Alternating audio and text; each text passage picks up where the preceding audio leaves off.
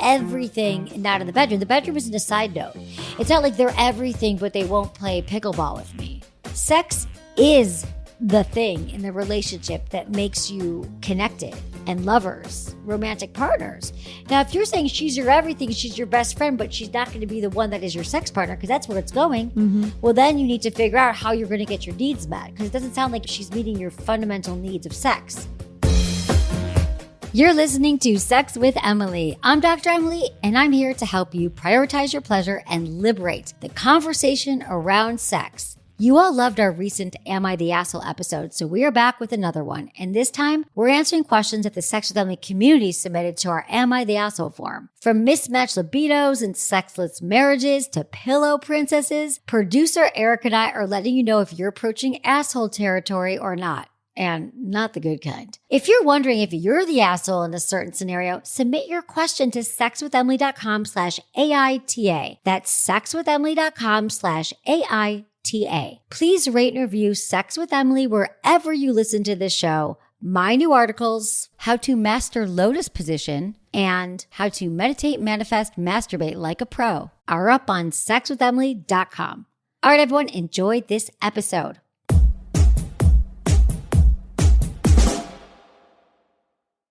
By now, you've probably heard my magic wand story. It's a brand that's been part of my personal journey for more than 20 years. But no matter how many times I sing Magic Wand's praises, I'll never be able to fully capture the story of this incredible brand. Well, now journalist and author Kate Sloan just completed a limited audio series documenting the history and impact that Magic Wand has created over the last 56 years. It's called Making Magic. And the series chronicles Magic Wand's incredible brand story through interviews with nearly 40 experts, performers, business owners, educators, and fans. So I got a sneak preview of the series, and what I loved is that Kate weaves together snippets from all their interviews into this amazing story arc. She covers Magic Wand's journey from appliance store massager to its legendary influence on culture and sexual independence, and it's all just fascinating. The first episodes of Making Magic are available now at makingmagicseries.com or on all popular podcast platforms. Just search for Making Magic or visit makingmagicseries.com today.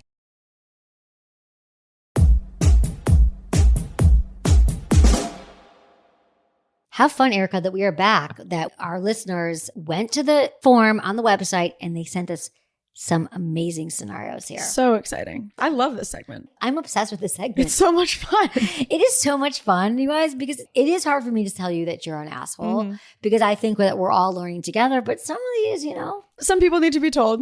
You do need to be told. Assholes. I think it's a great way to learn, okay?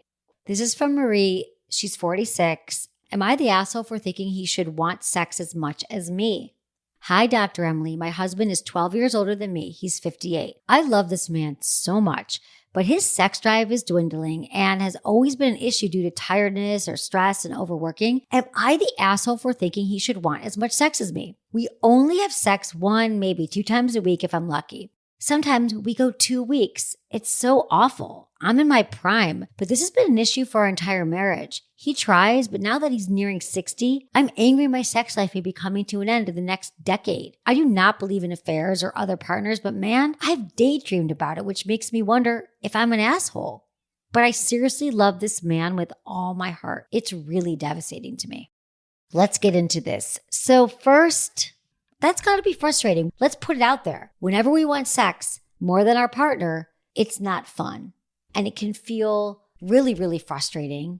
It can lead to resentment and anger. And it sounds like Marie's getting ahead of it. She's like, I see where this is going. The decade ahead of me, if we're going to continue to have sex so sporadically, what am I going to do? But am I even an asshole for thinking like that I want more sex? And let me just say this, you're not an asshole. And I think specifically she wants to know if she's an asshole for thinking about wanting to have sex with other partners. Many people have that thought. That's why there's such a rise in non-monogamy. There's a huge rise in ethical non-monogamy, but let's walk before we run here because she says, I don't believe in affairs or other partners. And I just want you to put a pin in that for a minute. Mismatched sex drives are very common. This is where age differences come into play as we get older. If you've been with someone for a long time, but then you start approaching between 40, 50, 60, 70, we see a drop in hormones.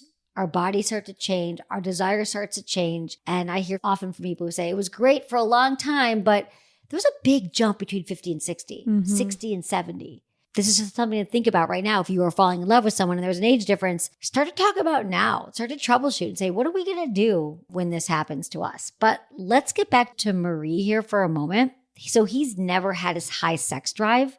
And so it sounds like this has been building over time. And it's important now to have a real talk with him about what could we do? How can we problem solve this? Because I'm also hearing that 1, maybe 2 times a week isn't even enough for you. Sounds like she really wants it even more than that. Let's say he decides and he says, okay, I'm set. Let's do it twice a week. Would you be okay with that? Because if you are, I think we could work around this. I think you could talk to him and let him know, let's start to schedule sex. Let's figure out and get very specific how we can troubleshoot here. So we have a plan in place to make sure that 2 times a week happens. And before you tell me scheduling sex isn't sexy, we have so much evidence from couples who thought the same thing. But once they realize that, oh, I need to prioritize our sex life as much as I prioritize my workouts, eating healthy, spending time with the kids, our aging parents. Your sex is no different, that we have to make time for it. The thing that's less sexy than scheduling sex is not having sex at all. You might as well put it on the calendar and guarantee it. You guarantee it. You're getting your needs met. And then you both get to say, like, we have this commitment. And then let's think about ways we could keep it hot and interesting. And then that's on you, Marie. You listen to the show. You know, I gave a lot of tips for spicing it up. Beyond scheduling sex, what positions can you try? What toys can you try? Do you need to get a new lubricant, new locations? Are you guys taking trips together? I know for sure that vacation sex can be just the thing that some couples need to keep it hot, whether it's going away for a night even, just getting out of your bedroom, getting out of your routine. But it's really important to just also have a real conversation with him and say, babe, the 12 years age difference is now becoming a factor. And I want to make sure that we're great lovers to each other, and ask him for ideas. You don't have to come in with a plan. Remember, these conversations about your sex life are ongoing. And if you haven't quite talked about it to this depth, let him know in a really loving way that your sex life is important to you. You're trying to figure out ways that you can keep this going, and you're open to his suggestions. Because remember this, that sex begets sex. So when you're the partner that doesn't want sex, it can feel like another request from your partner, and it can be really frustrating. But I want you to remind your partner, maybe you can listen together, that the more you guys can figure out, A, the right time of day to have sex, the right time of week to have sex, and how you're going to have sex, and B, that it's just really important to keep the energy alive in your relationship, it might be easier for him to kind of make it happen and to work together with you to make sure that you keep it hot and interesting. Now, if he's never had a high sex drive either, that's something important to address as well. But also, approaching 60 could be a great time for him to get his hormones checked, to think about if there's any sort of hormone replacement therapy that could help. It's helped so many people get their sex drive to where they want it to be. And I think it's really important to have these conversations, especially as you both are getting older, because it sounds like you're already getting angry. Emily, you were just telling me about how resentments are one of the things that can really kill a relationship. They are. Resentments become really toxic. Resentment is just a stop away from contempt. And when couples move into contempt, like everything they do is annoying you. You feel awful already. Like that word awful has a tinge of anger to it. So watch it before you get to resentment. That is a town that's very hard to leave. So keep us posted, Marie. So who's the asshole? I don't think there's any assholes here. Maybe no they can assholes. play with their assholes, by the way. Yeah. You guys had anal play? You guys. Anal play is a really fun way to spice it up. Right. And if he's nearing 60, have you played with his prostate yet? You're Just never say too it. old. You're never too old. Also, just to go back to the would he be open to, you having sex with someone else? If you get to the point where that is something that you're into and you think, I love this person, he's my partner, I'm with him. If you're with someone who doesn't want to clean the house, you hire a housekeeper. So you can't just say, I don't want to have sex. And now if it's stretching into 2 weeks, that 2 weeks can stretch into 3 weeks. So let's try to come up with a plan right now. But also, again, if you need to find someone else to have sex with, maybe that could be in your future. As long as you both are on the same page. Yeah. As long it's done with respect. I don't think you need to slip into affair territory. No, not at all. We're not saying affair Exactly. territory. And I don't want people to be like, oh, you're pushing this non-monogamous agenda. I'm just bringing it up more because you're all bringing it up more. You're all not, I'm not saying Maria's, but I'm hearing from a lot of you. You're asking questions about it, and the world is just going that way. If you look around, there's just more people talking about their non-monogamous lifestyle and that it works. Not for everybody, but I'm just here to give you information and let you know that there's options. Thanks, Marie. Keep us posted. This is from an anonymous male. He's 39 in the United States.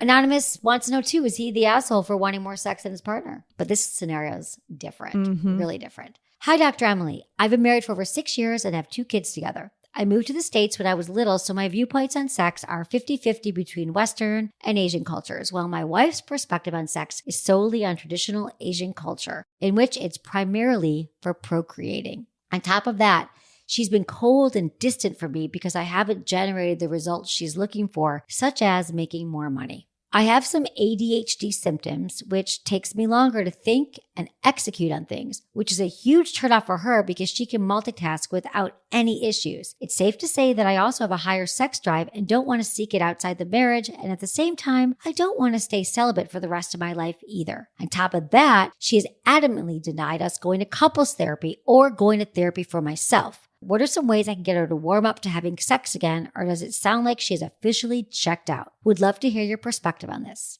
All right. Cultural norms is really, really important. We can't just set that aside because I'm also sure these cultural norms probably impact other areas of the relationship. And right now we're talking about sex, but these cultural norms show up in the way they handle money, the way they parent kids, the way they deal with their aging parents, their attitudes towards work. So I think that we just can't say enough about couples kind of learning to work through these and talk about cultural norms as they come up. So if she grew up in a strict culture, that is a tough nut to crack, especially if she says, I'm not going to have sex and I won't go to therapy. It's a 1-2 punch. You got to understand that you can't just say, I'm not having sex or going to therapy. First off, when you tell your partner you're not going to go to therapy and you're not going to invest in your relationship, it is really the one thing that I can tell you all that you need somebody to help you work through these challenges. And to say you won't go to therapy is like saying you won't go to a dentist when you have a toothache.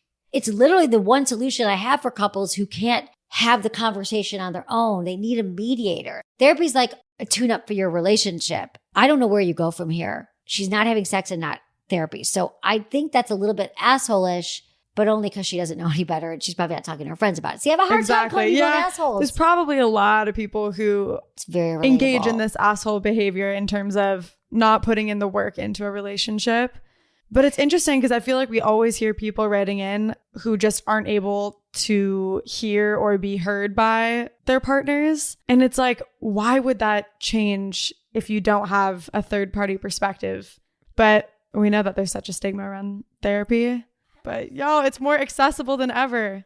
Now is the time. Yeah, you guys can make a Zoom appointment. It could be once a week for an hour on Wednesday afternoons from 3 to 4. And you sit there on a Zoom in front of a therapist that can help you guys have conversations. They're going to give you homework and they're going to help you listen to each other. That's really what couples therapy is. They help you listen and they help you hear each other. If you want to try it again, I would say to her, using all the communication skills that we often talk about, just saying, I need you to understand, wife, that it's really hard for me to feel connected to you and to stay in this relationship when the cornerstones of a really solid relationship is communication and sex. So you can let her know that you'd love to know her solutions. What does she think you guys can do? What does she want? What makes her feel loved and connected in the relationship? I think letting her know your feelings and how you're having a hard time connecting and that it's imperative for you guys to figure out how to repair and how to continue to build. Now, also, she's saying that it's the money thing. I was just going to say, let's get into that. Let's get into the money thing because that's also real, but also unfair that she's saying you're not making enough money. And she's probably saying you're not making enough money and therefore I'm not having sex with you and I'm not going to therapy. Believe me, if you won the lottery tomorrow, I have a sense that she'd find something else. There's always something else. It is never about the facts. What did Esther Perel say? It's about the context, not the facts. Mm-hmm. This is not about the money. It could be the money. It could be something else. I'm not downplaying money in a relationship because money is a huge factor, but it's not the only thing going on. And I feel like she's probably beating you up here saying you don't make money and you don't execute on things because you have ADHD and picking at you and making you feel bad. And it's probably not helping your self-esteem either. That's really toxic too after a while when your partner's like, you're not making money, you're not getting stuff done, and I'm not going to have sex with you. Listen, Anonymous, if she won't go to therapy with you, I highly recommend that you go to therapy for yourself because that's the thing I have to tell all of you. If your partner won't go, it doesn't mean that you shouldn't go. And in fact, getting into your own kind of therapy is going to help you learn to communicate better with your partner as well. And it certainly will help you in your own life. Find a therapist. The great thing is it is accessible. A lot of insurance companies will cover therapy now. So please find some help so you can continue to work on your own self-confidence in this relationship and figure out ways that you can communicate with your partner. And if you're not able to move the needle here, then you're going to have to figure out what does feel right with you so you're with a partner who is supportive and has the same values and goals that you do. Going back to the money thing, because I feel like we don't talk about it enough. When does money matter in a relationship, if ever? So here's the thing about money in relationships. And to be honest, it's not that different than talking about sex. We don't talk about sex and we don't talk about money. We need to talk about money in a really real, transparent way. What we want to make, what our budget is, how much we spend. And so I think having a conversation about your wife is like, what are her expectations? What would be enough money? Do you feel that if you continue to make money that it will never be enough? Is there stuff that you are doing that you could maybe be making more? Could she be making more money? Like, what are the expectations here? You have to get into the nitty gritty. Like, what is really happening here? Because if you're content with your job and your money that you're making and you don't have plans to actually be making more, which is common. There's some people who are like, I'm okay. This is a good amount for me. It's a good amount for our family and I don't want to make more. Does she have different goals around money than you do? Because that's also another thing that you guys need to talk about and be realistic. Which could also be a cultural difference too. If she grew up with the idea that the man should be making more money, the man should be making X amount of money per year. That's definitely a conversation to have in the early stages of relationships. Oh God, well, let's talk about the early stage of relationships. You have to be transparent about your debt. You have to talk if someone's a saver and someone's a spender. I mean, that's almost as important as like different sexual preferences. Someone who saves money is constantly looking at every bottom line. And someone who's a spender, that can really irk the saver. And then the one who spends all the time is looking at the saver thinking that they're cheap. And these things really are important to figure out, well, how are we going to manage, just like, our sex lives? How are we going to manage someone who has a high libido and a lower libido? If someone is a saver and someone is a spender, then you look at your money, you decide where are we going to splurge and where are we going to save? It's the same exact thing. For example, if this was an issue in my relationship, I would say right now, I love to splurge on vacations. I want to splurge on experiences, but I don't need to spend as much on clothes, let's say. I don't need to spend as much on furniture. I can get furniture secondhand. I can get clothes secondhand, but I want to save all of our money for trips or for meals. Like that's a way a couple can deal with values around money. If someone isn't making enough, but maybe Anonymous, do you feel personally that you'd like to be making more money? Because if so, it sounds like that maybe the ADHD could be holding you back, for example. If your wife is somebody who just gets stuff done and she's a multitasker, what if you asked her to help you? What if you said, we're in this together. I'd also like more money, but having ADHD, could you help me set some goals, reach out to new employers, maybe help you figure out how to make more money? Just like sex and relationships, we often put it all on one partner to solve it, to make all the money, to be the one that researches sex. But this is why we're in relationship. We're in relationships to have a partnership and to collaborate, which is, one of my 5 pillars of sexual intelligence is how do couples collaborate? That's a really important factor. So how you guys deal with money is just as important as your sex life. Thank you, Anonymous. Appreciate your question. All right, assholes, don't go anywhere because we'll be right back after a quick break. But first, this episode is brought to you by Via Hemp Company. Now, I've been talking about them for months. Via Hemp Company is a premium hemp brand that creates products based around various beneficial effects. I love this trend. So you can really think about, what do I want? Do I want more focus? Do I want to sleep? Do I want pain relief? Do I want to enhance my libido? They've got products for all those things. They are high quality and they are effective and affordable. What I'm obsessed with is their High Love THC Libido Gummies, and they contain various aphrodisiac herbs infused with 5 milligrams of THC. And what this does is it enhances your libido, your blood flow, and your pleasure. So I took him on a trip. I was in San Francisco for a party last weekend and my boyfriend came with me. And I just know it's sort of my new thing. I'm not a big drinker. So I took a 5 milligram. You could even take half, test it out, see what works for you before we went to dinner. And then I just started feeling really relaxed, kind of how you might feel after a glass of wine and just more in my body. It was date night. We needed some time together. It was so good to get away. And I just started to feel really really relaxed. Everything from the day melted away. It was a Friday night, and from dinner, we ended up going out a little bit later, going for a walk. Like usually I'm just wiped on a Friday, but this actually gave me energy and made me feel more connected to my partner. We went back to the hotel room. We had incredible sex and felt so just really great. And he didn't take it. I took it and I felt incredible. So really, it's fun to do with a partner. It's fun to do with yourself, because what I love is I feel more in touch with my body. I'm not in my head, and I completely can feel everything going on, and it just enhances sex. So you can spice up your love life too. Try out Via Hemp Company's High Love THC Libido Gummies. Visit viahempcompany.com and use code Emily to get 15% off your order, and they'll throw in a free sample of their award-winning gummies. I love a free sample. That's VIIAHEMP.com and use the code Emily at checkout. All right, everyone, I'll be right back.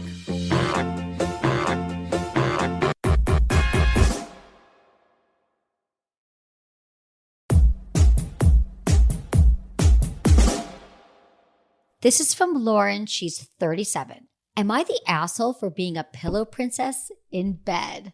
Hi, Dr. Emily. Am I the asshole for being a pillow princess in bed? I prefer to be serviced versus taking charge and being on top, figuratively and literally. It's not laziness. I just can't focus as much on the pleasure if I'm in control. All right. You are not an asshole. In fact, I love that you know what you need. You are light years ahead many people who just sort of pretend they want something else and perform during sex. This is what you're saying. You're saying, I want to be serviced. This is who I am. And she's going to have to find a partner who's okay with it, which is totally doable.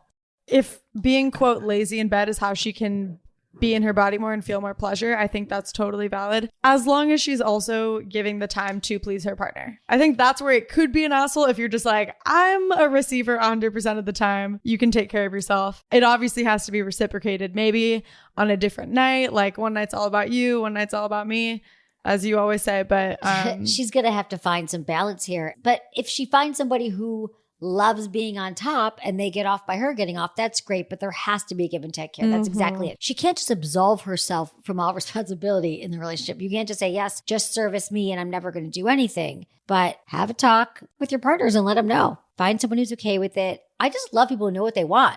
Mostly what we do here is help people figure out how to get it. I don't think you're an asshole at all, but you could venture into asshole territory if you are just disinterested and not involved at all in your partner's pleasure. You also won't respect that person after a while. I'm going to be honest with you. If you just feel like you're just taking, eventually that dynamic doesn't work. Even when we think we want somebody who does whatever we want, it becomes codependent sometimes and just toxic. And then we resent someone like, why aren't they standing up for themselves? So I just fast forward in her relationships. If she doesn't give, that's what's going to happen, Lauren. So speak up for what you need and then find out what your partners need as well. I also think that sometimes women and vulva owners can be pillow princesses because they maybe don't know how to give their partner pleasure. There's not a lot of examples, I feel like, of how to be the woman in charge in a partnered sex scenario that's not like a giving oral sex, you know, or... That's a great point, because she says, I can't focus much on the pleasure if I'm in control. So she's actually saying she has a way of moving her body probably on the bottom and just sort of taking pleasure, which is very different than people who might be pillow princesses, but they're not actually having any pleasure. They're just lying there and not advocating for what they want. That's a different scenario. Yeah. I always thought of pillow princesses as like someone who just kind of lies there, which is very common. It is common too, but I like that we're making this distinction here, because we're not saying that someone who just lies there and receives and is checking their email. Now looking it up, it says being a pillow princess is someone who only likes receiving and not giving, which is what she's saying. And we already clarified. We clarified that with you, that maybe you'll find a partner who's like, you know what? I just want to give to you, but you're going to have to make me dinner. Like I don't know. There's going to have to be some giving. And in fact, I don't think that any of us feel good as humans if we don't give equitably in a relationship or in general. So could we maybe say that if you are 100% a pillow princess, that is kind of an asshole behavior? If you're only receiving and never giving? I think so. I think we can say that that would be an asshole move if you refuse to give and only receive sexually. So that was kind of an evolution. Because It is an evolution. But if she finds a partner who really, really, really is okay with it, they completely understand what you mean by pillow princess. You're never going to give them any kind of oral. You're never going to give them a massage. You're not going to initiate. And they're actually okay with it. And being the dominant one in charge. Maybe they get turned on by that. Yeah. Then I'm okay if you're all okay. But it would be an asshole move if she was in a relationship and just pulls the pillow princess card. But if she's very forthcoming about who she is, she finds a taker. You're good to go. You're golden. All right. We support you. Guys, this is all about consent, right? If someone consents to being with you as your pillow princess self, let's go. Let's go. This is from Mark. He's 42, and he says, neither of us are assholes, but we're not having sex. I'm in a dead bedroom of 10 plus years with my wife and friend of 22 years. We've been in therapy for the last year, and I've consumed years of podcasts, books, Instagram psychology, journaling, so much, just so much. She hates her body, which is a pity. She's gorgeous, has childhood trauma, and is repulsed by my touch. Repulsed is an intense word, okay? I know she loves me. She's just asleep before 9, recoils when I suggest date nights, and scheduled sex has never been an option for her. She's my motherfucking person. I don't want to leave her, but I can't initiate. Years of rejection and a dash of rejection dysphoria, and I'm scared of feeling horny. I'm not the asshole, and neither is she.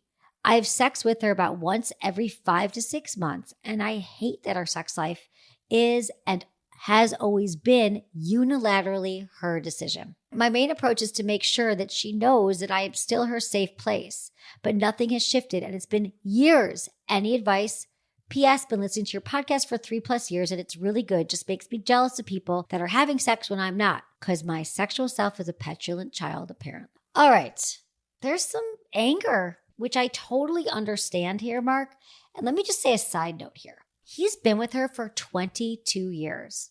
That's a long time. And then we're hearing that since the beginning, it's been this way. And so I don't want to use you as an example here, but I have to, Mark. So if you're listening to me right now and you're in a new relationship, or you've been with someone for 3 years, 5 years, whatever it is, you have all the information you need. People don't change that much. So if you're with somebody right now who doesn't want sex, they won't communicate about sex. You've tried things, but they won't talk about sex. Do something now. Don't wait 22 years. Don't wait another 10 years. People don't change unless they want to change. So a lot of times we sit in a relationship thinking, oh, maybe they're going to come around. Maybe they're going to. No, they don't come around. People just become more set in their ways the older they get. This could be a wake-up call for many. But let's go back to Mark here. My darling Mark. I know you love each other deeply. You are in a very intense relationship of connection, and she is your everything, and you're her everything, it sounds like. I get it. But you've been listening to podcasts and advice for 10 years, my podcast for 3 years. You got to grow some balls here, Mark. You got to do something here to move this because you have enough information. You know her. Either you're going to try to work on this relationship intensely like it is your job, because it is your job, or you have to get out of this relationship. You just do. Because now you're venturing into, you are afraid of rejection. And then you've got fear in all these places. You're afraid if you do have sex now. You're afraid if you don't have sex. When you do have sex, you're afraid because you know what she's going to say later. He even said it's making him afraid to be horny at all. You're afraid to be horny now. What aren't you afraid of?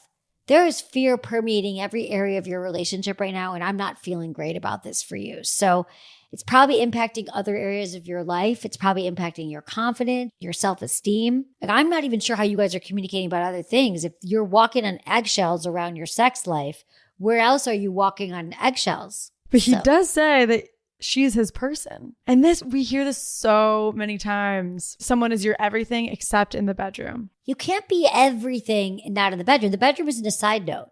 It's not like they're everything, but they won't play pickleball with me. Sex is the thing in the relationship that makes you connected and lovers, romantic partners. Now, if you're saying she's your everything, she's your best friend, but she's not going to be the one that is your sex partner, because that's where it's going, well, then you need to figure out how you're going to get your needs met, because it doesn't sound like she's meeting your fundamental needs of sex. Sex is important in a relationship when one person wants it and the other one doesn't. It's still important. If you both don't want it, and you both have opted out of sex, well, then we wouldn't be having a conversation right now. She does need to go to individual therapy for her trauma. It's going to work on her body confidence. She has to work on her trauma. And also you need individual therapy. And in fact, where I've seen this work for couples, Erica, where I think this could turn around, if they both go to individual therapy and they both go to therapy together. They need it. They need some embodiment. She could work with like an embodiment counselor, a sexological body worker. They need healing. They need touch. Maybe they need some tantra, some eye gazing. Yeah, what are some examples of those exercises? Okay, so I would love them to have examples of sitting with a therapist that has them just look into each other's eyes for a few minutes and see what emotions come up. What are they feeling in their bodies?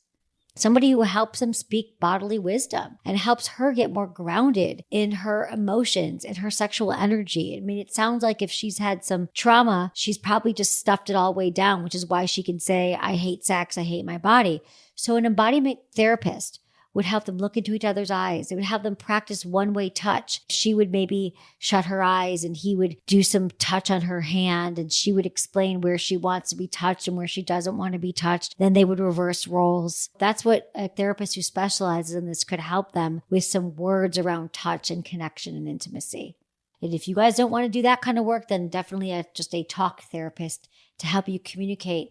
Because if you are each other's person, and you're really able to explain to her in a way that she can learn to listen, because therapist also helps you listen and repeat back what you heard. If she hears you, her person, explain how much you're suffering, how you're walking on eggshells, how you're not feeling great about sex anymore because you're not even feeling this connection and love from her. I can't imagine that your life partner isn't going to have a reaction to that and going to want to do everything they can to make you feel heard and seen and nurtured and loved. Maybe people still don't because they have shame around sex. Is, again, the only solution therapy if you want it to work? Yeah. Now, sometimes couples have a life-threatening thing happen. It's like a death of a loved one or a partner, or they, get sick and something happens and they realize how precious their relationship is, how precious is life. But I don't want to wait until it's life or death. I want you guys to do this right now. I want you guys to work on your relationship today. And opting out of therapy is essentially saying, I am opting out of the relationship. I'm not okay with that. You already know that it's not working. I can hear the suffering and the tinge of anger and resentment already boiling over in the way you are talking to me here, Mark. So take some action. You can only control your side of it. So if you got to get into therapy once or twice a week and learn some tools, then do it. You're responsible for your own mental health as well. Thanks for your question, Mark.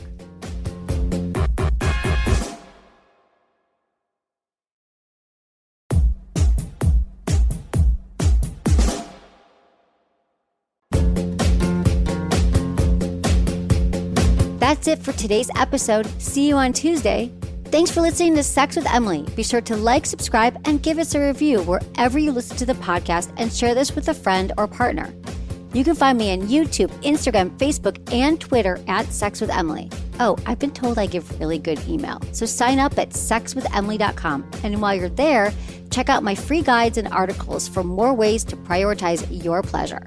If you'd like to ask me about your sex life, dating, or relationships, call my hotline, 559-TALK-SEX. That's 559-825-5739. Or go to sexwithemily.com/askemily. Special thanks to Acast for powering the Sex with Emily podcast. Was it good for you?